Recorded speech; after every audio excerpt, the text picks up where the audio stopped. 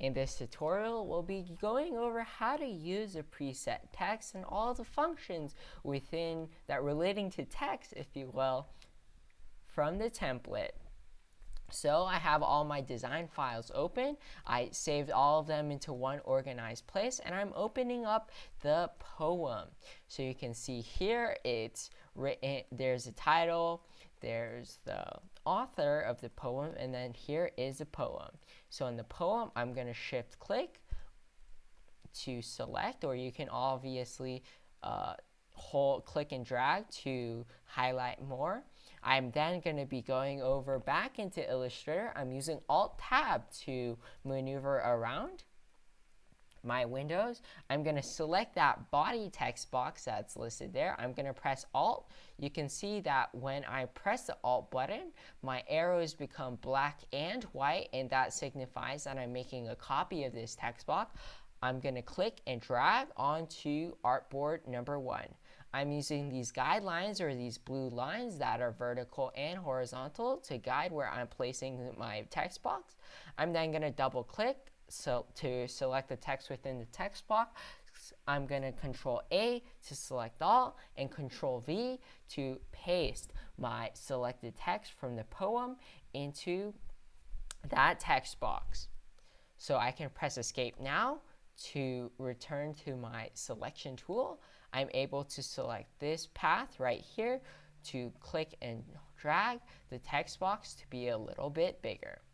So you can see here that on the text box, it's a pretty short poem, so I don't need to worry too much about moving on to a second page, but it's really important to maybe the first step before designing a spread is to gauge how long the poem is and to see how many pages of your spread that you will need to require.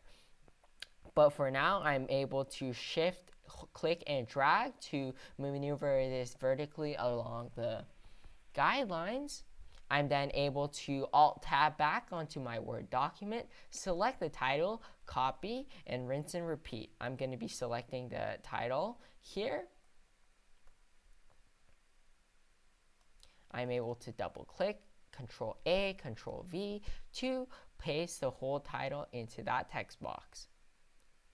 I'm then able to press the Escape button again to default to my cursor. I'm then able to select this path to expand out the text box, and then I'm able to drag this text box or this title all the way so that it's touching, the text box is touching the guidelines, or very close to the guidelines. Alrighty, that looks good. I'm able then to rinse and repeat yet again. I'm able to select here my Angelou. I'm able to select here.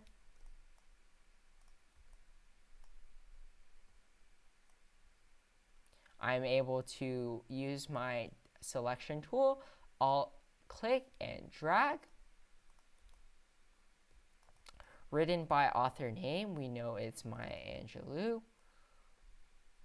When I select the author name and paste, it retains the text, the formatting that the original text box had.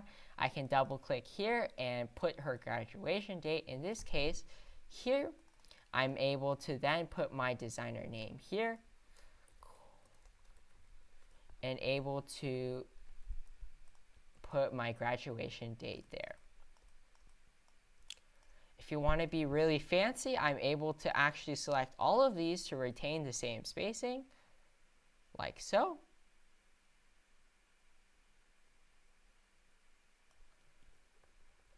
So that I don't have to finick around with this spacing bar. All of this here is very intentional for the usage of the team. And like so, that goes over all of the designs for all the text boxes. So just recapping, what I did precursor to this is I opened up my design files of the poem. I opened up and saved a copy of the template.